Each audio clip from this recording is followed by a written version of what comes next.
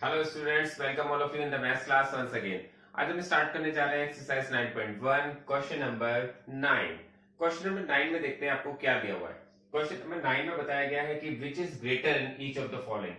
यहाँ पर two rational numbers given है और आपको बताना है इनमें से कौन सा पार्ट ग्रेटर है। तो यहाँ पर हमने इससे पहले इसी टाइप से क्वेश्चन किए हुए हैं। आप इसको बहुत ध्यान से देखिएगा कि हम क्वेश्चन कैसे कर रहे हैं। आपके पास कहा गया एक नंबर है 2/3 और सेकंड नंबर है 5/2। इन दोनों में से कौन सा पार्ट ग्रेटर है। तो यहां पर हमने इस क्वेश्चन को पहले भी किया था, तो हमने यहां पर इसका क्रॉस मल्टीप्लाई करके ये फाइंड किया था कि विच पार्ट इज ग्रेटर। तो यहां पर भी हम सेम प्रोसेस कर रहे हैं, 2 का मल्टीप्लाई 2 से, और यहां पर हमारे पास फिलिंग द ब्लैंक्स है 5 का मल्टीप्लाई 3 से। और देखते हैं 2 2 जा हो जाता है 4 और 5 3 जा हो जाता है 15। तो यहां पर हमारे पास ये पार्ट 15 ग्रेटर है, 15 4 से ग्रेटर है, और ये बहुत ही क्लियर हो जाता है। अगर 15 4 से ग्रेटर है इट मींस ये जो पार्ट है हमारा 5/2 ये ग्रेटर है। तो हम यहां लिख सकते हैं 5/2 इज ग्रेटर। अब देखते हैं इसका नेक्स्ट पार्ट। नेक्स्ट पार्ट में आपके पास दिया गया -6/5 एंड -4/3। यहां पर हम देखेंगे इनमें से कौन सी पार्ट ग्रेटर है। तो माइनस का 5/6 और बीच में हम लगा देते हैं एक बॉक्स, और यहां पर लिखते हैं माइनस का 4/3। यहां पर फिर हम इसका क्रॉस मल्टीप्लाई करते हैं, और क्रॉस मल्टीप्लाई करना अब आपको आई क्या होगा, -5 का मल्टीप्लाई हम यहां पर करेंगे 3 से, बीच में बॉक्स लगा हुआ है, और 6 -4 का मल्टीप्लाई हम करेंगे 6 से। आप देखेंगे यहां पर जब मल्टीप्लाई कर रहे हैं -5 का 3 से एंड -4 का 6 से, तो मल्टीप्लाई करके हमारे पास क्या वैल्यू आती है, -5 3 जा -15 एंड -4 6 जा -24। 4 6 जा 24 होते हैं, ये आप सबको पता होना चाहिए। तो हमारे पास ये वैल्यू आई है, यहां पर दोनों वैल्यू नेगेटिव हैं, और आपको ये बताना है कि इनमें से ग्रेटर वैल्यू कौन सी है। ये बात आपको बहुत ही क्लियर हो जानी चाहिए, क्योंकि मैंने इसको बार बार मैं रिपीट कर रहा हूं कि यहां पर कौन सी वैल्यू ग्रेटर होगी। -15 ग्रेटर होगी -24 से, क्योंकि यहां पर जब आप नंबर लाइन पे देखेंगे -15 पहले आ जाता है। अगर हम लेफ्ट हैंड साइड चलते हैं तो -15 पहले आ जाता है, -24 बाद में आता है। तो जो वैल्यू राइट हैंड साइड रखी होती है वही ग्रेटर होती है। तो यहां पर -15 is greater than -24, so that we can say that -5/6 is greater, क्योंकि आपको क्वेश्चन में पूछा गया विच पार्ट इज ग्रेटर। तो यहां पर हमने आंसर जो लिखा है उसमें लिखा है -5/6 इज ग्रेटर। अब देखते हैं इसका थर्ड पार्ट, और थर्ड पार्ट में हमारे पास दिया गया -3/4 एंड 2/3। तो यहां पर जब हम इस पार्ट को कर रहे हैं तो आपको बहुत क्लियर हो जाना चाहिए एक बात, कि यहां पर -3/4 को हम एज इट इज उतारेंगे, और यहां पर बॉक्स लगा देंगे। यहां पर 2/3 है। जब भी कभी हमारे पास किसी क्वेश्चन में इस टाइप का आ जाता है कि उसके डिनोमिनेटर में नेगेटिव पार्ट होता है, तो उसका जो नेगेटिव साइन होता है वो हम न्यूमरेटर में ले लेते हैं। तो यहां पर हमारे पास जो -3 दिया हुआ था, जो माइनस का साइन दिया हुआ था, वो हमने ट्रांसफर कर दिया न्यूमरेटर के प्लेस पर, और 2/3 को हमने -2/3 लिख दिया है। और ये बात बहुत क्लियर हो जानी चाहिए, क्योंकि अगर आप डायरेक्ट मल्टीप्लाई करेंगे, क्रॉस मल्टीप्लाई करेंगे, तो डायरेक्ट क्रॉस मल्टीप्लाई नहीं होता है। सबसे पहला काम हमारा माइनस को ट्रांसफर करने का होता है डिनोमिनेटर से न्यूमरेटर में। तो यहां पर अब हम मल्टीप्लाई करते हैं, तो क्रॉस मल्टीप्लाई -3 का मल्टीप्लाई 3 से करेंगे, फिर बीच में बॉक्स लगा देंगे, -2 का मल्टीप्लाई 4 से करेंगे, और हमने फिर यहां पर मल्टीप्लाई किया है। -3 का मल्टीप्लाई -3 का मल्टीप्लाई 3 से -9 आ जाएगा, और -2 का मल्टीप्लाई 4 से -8 आ जाएगा। और बहुत ही क्लियर आप सबको हो जाना चाहिए कि यहां पर -8 या -9 इनमें से ग्रेटर पार्ट कौन सा है। तो डेफिनेटली -8 ग्रेटर होना चाहिए। ये आपको क्लियर हो गया होगा। तो -8 ग्रेटर है, तो इट मींस -2/3 इज ग्रेटर। और जो -2/3 की एग्जैक्ट वैल्यू जो क्वेश्चन में दी गई थी वो दी गई थी 2/3। तो हम यहां कह सकते हैं 2/3 इज ग्रेटर। तो ये क्वेश्चन हमारे पास यहाँ पर थर्ड पार्ट तक कंप्लीट हो गया है। अब देखेंगे इसके बाद इसका फोर्थ पार्ट। फोर्थ पार्ट में भी हमारे पास टू रेशनल नंबर्स गिवन है -1/4 एंड 1/4। अब देखते हैं इनमें से ग्रेटर पार्ट कौन सा है। सबसे पहले लिखेंगे -1/4, फिर बीच में हम लगाएंगे बॉक्स, यहां लिखेंगे 1/4। अब देखते हैं इसका क्रॉस मल्टीप्लाई करके। वैसे तो हम ऐसे भी इसको बता सकते हैं कि कौन सा पार्ट ग्रेटर है, बहुत ही क्लियर हमें पता चल रहा है 1/4 इज ग्रेटर देन -1/4। प्लस की पॉजिटिव वैल्यू ऑलवेज ग्रेटर होती है, लेकिन हमारा जो करने का प्रोसेस है, जो पहले से क्वेश्चन में करते आ रहे हैं, वही सेम को फॉलो कर लेते हैं। एक बार देखते हैं यहाँ पर क्या है। -1 का मल्टीप्लाई 4 से किया है और 1 का मल्टीप्लाई 4 से किया है। आपने देखा -1 का मल्टीप्लाई जब 4 से करते हैं तो आपके पास आता है -4, और 1 का मल्टीप्लाई 4 से करते हैं तो आता है 4। डेफिनेटली यहाँ पर 4 और -4 में कौन सी वैल्यू ग्रेटर है ये बताने की जरूरत आपको नहीं होनी चाहिए, क्योंकि अब आपकी बहुत अच्छी प्रैक्टिस हो जानी चाहिए। तो यहाँ पर देखते हैं कि यहाँ पर 4 ग्रेटर है -4 से, तो इट मींस ये हमारा बहुत ही क्लियर हो गया, 1/4 इज ग्रेटर। इसके बाद इसका लास्ट पार्ट जो फिफ्थ पार्ट है, यहां पर भी टू रेशनल नंबर्स गिवन है। इन दोनों में से कौन सा ग्रेटर है ये चेक कर लेते हैं। यहां पर आपके पास दिया है -3 2/7 एंड -3 4/5। यहां पर देखने से पता चलता है, अगर हम इसको मिक्स फ्रैक्शन से इम्प्रॉपर फ्रैक्शन में पहले चेंज करेंगे और फिर ये फाइंड करेंगे विच वैल्यू इज ग्रेटर। तो यहां पर हमने देखा 7 3 जा 21, 21 और 2 23, तो हमारे पास ये जो वैल्यू आई है -23/7। बहुत ही क्लियर, आपको समझ में आना चाहिए, क्योंकि यहां पर वैल्यूज मिक्स फ्रैक्शन में दी गई हैं और मिक्स फ्रैक्शन से हम चेंज कर रहे हैं इम्प्रॉपर फ्रैक्शन में। 7 3 जा 21, 21 और 2 23/7। बीच में एक बॉक्स लगा देते हैं। 5 3 जा 15, 15 और 4 19, इट मींस -19/5। यहां पर फिर हमारे पास टू रेशनल नंबर्स आ गए हैं और हमें चेक करना है कौन सी वैल्यू ग्रेटर है। तो अब हमें क्या करना पड़ेगा, अब हमें क्रॉस मल्टीप्लाई करना पड़ेगा। 23 का मल्टीप्लाई 5 से, बीच में बॉक्स रखा हुआ है, -19 का मल्टीप्लाई 7 से। यहां पर देखेंगे 23 का मल्टीप्लाई हम 5 से करेंगे, तो आप मल्टीप्लाई करके अगर देखते हैं 5 3 जा 15, 15 का 5 कैरी लगा 1, 5 2 जा 10 और 1 11, तो आपके पास आएगा माइनस का 115। अब आप देखेंगे इसका मल्टीप्लाई करेंगे 19 का मल्टीप्लाई 7 से, आप डायरेक्ट भी कर सकते हैं और आप अपने अकॉर्डिंग मल्टीप्लाई करके भी देख सकते हैं। तो देखेंगे 7 9 जा 63, 63 का 3 कैरी लगा 6, 7 1 जा 7 और 6 13, आपके पास आया माइनस के 133। तो आप देखेंगे इन दोनों में से कौन सी वैल्यू ग्रेटर है। डेफिनेटली आपको एक बात का ध्यान रखना है, जो हमारे पास अगर हम 115 और 133 में से देखते हैं, जब ये हमारे पास पॉजिटिव वैल्यू होती तो डेफिनेटली 133 ग्रेटर होता, लेकिन यहां पर ये वैल्यू पॉजिटिव नहीं है, ये वैल्यू नेगेटिव है। तो नेगेटिव है तो इसलिए यहां पर माइनस के 115 ग्रेटर होगा। तो इट मींस हम ये कह सकते हैं कि हमारे पास ये जो वैल्यू है माइनस के 3 2/7 इज ग्रेटर। तो ये क्वेश्चन यहां पर कंप्लीट हो गया है। अब देखते हैं इसका नेक्स्ट क्वेश्चन। अब देखते हैं इसका क्वेश्चन नंबर 10। क्वेश्चन नंबर 10 में आपके पास दिया है right in the ascending order. आपके पास यहाँ पर रेशनल नंबर्स गिवन है और आपसे कहा गया वैल्यूज को असेंडिंग ऑर्डर में पुट कीजिए। देखिए असेंडिंग ऑर्डर क्या होता है, उसका मीनिंग क्या होता है, पहले हम उसको क्लियर कर लेते हैं। देखिए असेंडिंग ऑर्डर का मतलब होता है कि पहले हमें सबसे छोटी वैल्यू रखनी है, फिर उससे बड़ी रखनी है, फिर उससे बड़ी रखनी है। इट मींस सबसे पहले स्मॉलेस्ट वैल्यू रखनी है, फिर उससे बड़ी रखनी है, फिर उससे बड़ी रखनी है। इसको हम असेंडिंग कहते हैं। और डिसेंडिंग का मीनिंग क्या होता है ये भी आपको बहुत अच्छी तरह से क्लियर हो जाना चाहिए। डिसेंडिंग का मीनिंग होता है कि पहले सबसे बड़ी वैल्यू रखी जाती है, फिर उससे छोटी वैल्यू रखी जाती है, फिर सबसे छोटी वैल्यू रखी जाती है।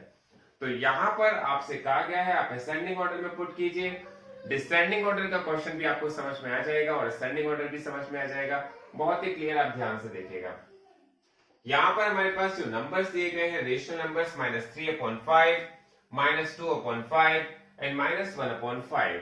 जब भी आप किसी रेशनल नंबर्स को असेंडिंग या डिसेंडिंग ऑर्डर में पुट करने जा रहे हैं, तो एक बात का आपको बहुत ज्यादा ध्यान रखना है, बहुत ज्यादा क्लियर आपके माइंड में होनी चाहिए कि उन सब के डिनोमिनेटर सेम होने चाहिए।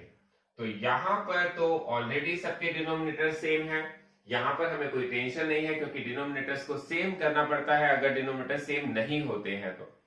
यहां पर अगर हम इसका सेकंड पार्ट देखते हैं तो यहां पर डिनोमिनेटर सेम नहीं है।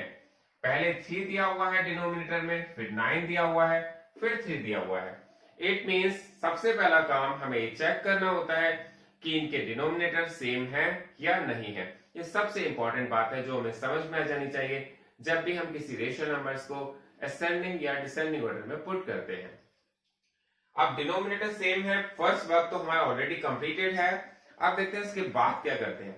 इसके बाद हमें देखना होता है कि हमारे पास सबसे स्मॉलेस्ट वैल्यू कौन सी है, क्योंकि मैंने बताया क्योंकि हमें असेंडिंग ऑर्डर में पुट करने जा रहे हैं। असेंडिंग ऑर्डर में पुट करने का मतलब होता है कि सबसे पहले स्मॉलेस्ट वैल्यू रखनी है। आप देखिए -1, -2 एंड -3, इन सब में से स्मॉलेस्ट वैल्यू कौन सी है। और अगर आप कभी भी कंफ्यूज हो जाएं कि इनमें सबसे स्मॉलेस्ट वैल्यू कौन सी है, तो आपको फिर अपनी नंबर लाइन की तरफ देखना चाहिए। नंबर लाइन आपको सब क्लियर कर देगा कि कौन सी वैल्यू स्मॉलेस्ट है, कौन सी ग्रेटर है। तो यहां पर हमें देखना होगा जो राइट हैंड साइड वाली वैल्यू होती है वो ग्रेटर होती जाती है, और जो लेफ्ट हैंड साइड वैल्यू चलती जाती है वो स्मॉलर होती जाती है। कहीं पर भी कोई भी कंफ्यूजन नहीं होना चाहिए।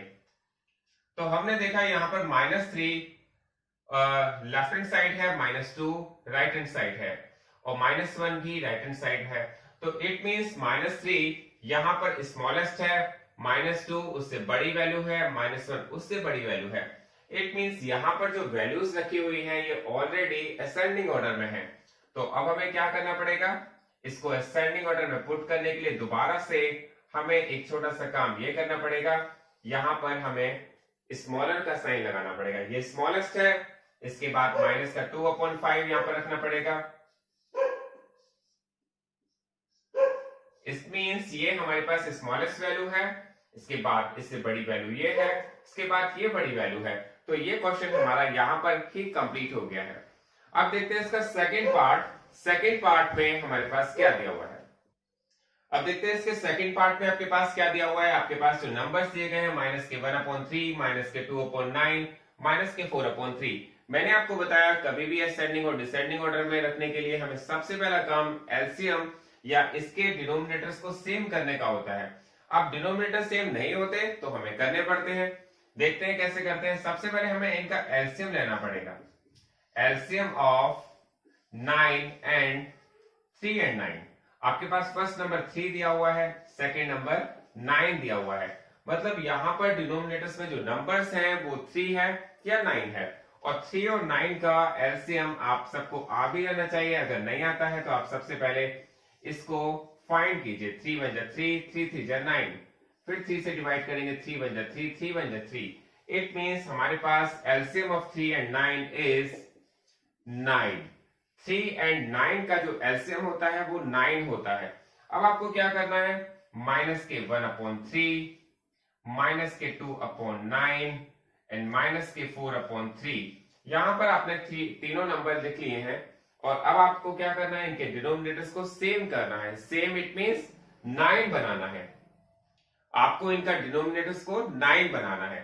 9 बनाने के लिए आपको क्या करना पड़ेगा, -1/3 का मल्टीप्लाई आप 3/3 से करेंगे, क्योंकि हमें पहले मैं बता चुका हूं आपको इसका इंट्रोडक्शन में, जब भी आपको कभी भी किसी का मल्टीप्लाई करना पड़े आप कर सकते हैं, लेकिन उसके लिए एक छोटी सी कंडीशन ये है कि डिनोमिनेटर्स और न्यूमरेटर दोनों में उसका मल्टीप्लाई करना होता है।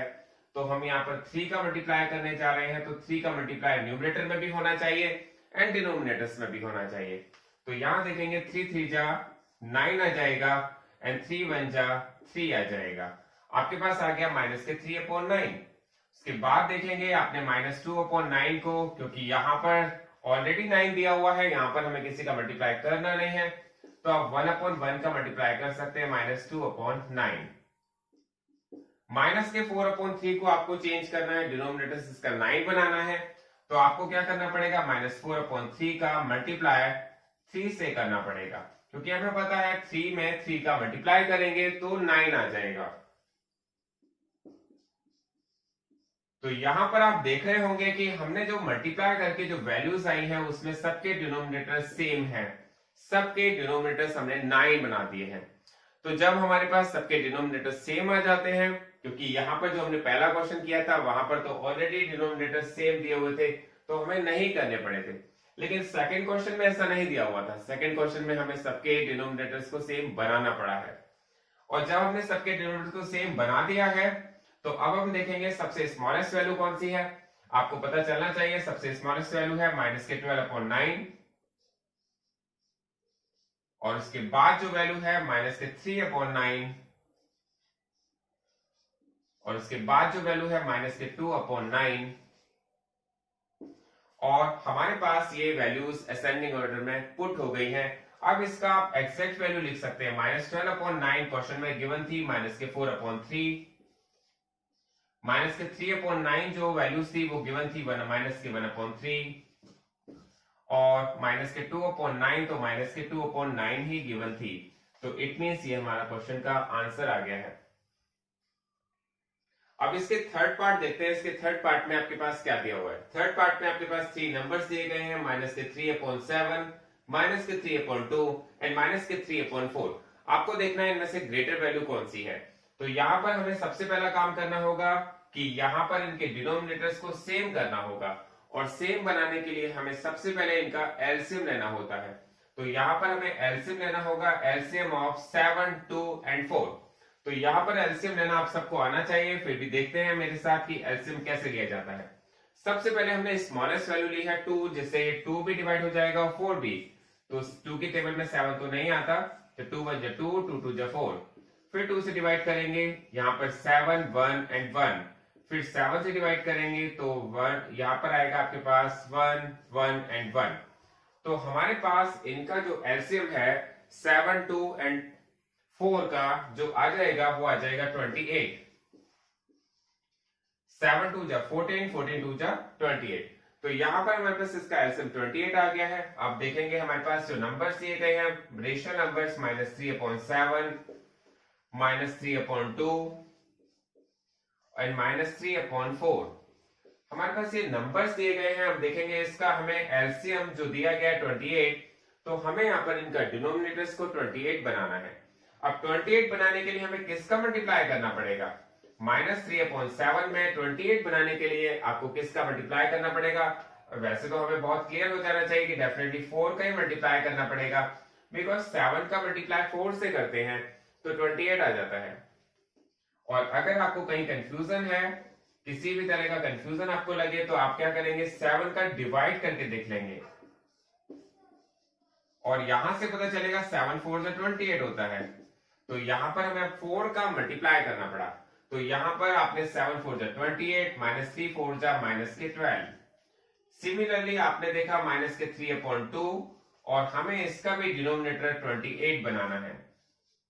तो आपको पता होना चाहिए 14 2 जा 28, तो आपका मल्टीप्लाई किससे होना चाहिए, 14 से। और जो भी मल्टीप्लाई करेंगे वो न्यूमरेटर में भी होगा एंड डिनोमिनेटर में भी होगा।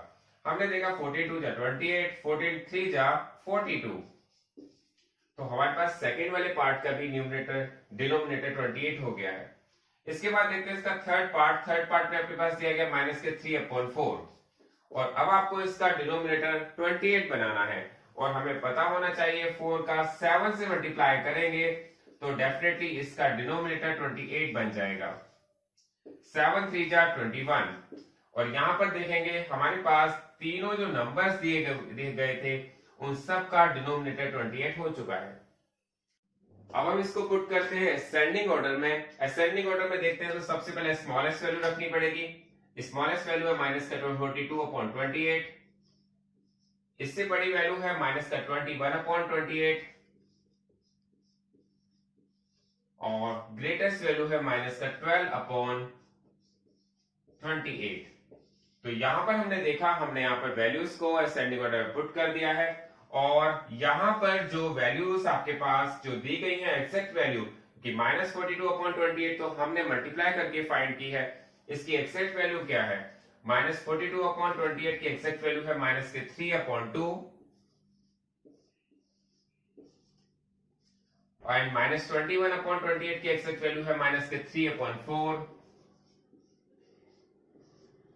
एंड माइनस 12/28 की एग्जैक्ट वैल्यू है माइनस के 3/7।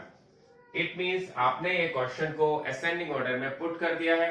यहां पर आपकी ये क्वेश्चन कंप्लीट हो गया है और एक्सरसाइज कंप्लीट हो गई है। अगर किसी स्टूडेंट्स का कोई भी वर्क इनकम्प्लीट है तो वो डिस्क्रिप्शन बॉक्स में जाकर के हमारी पहले की वीडियोस के लिंक वहां से एक्सेस कर सकते हैं और अपने वर्क को कंप्लीट कर सकते हैं। Thanks for watching this video.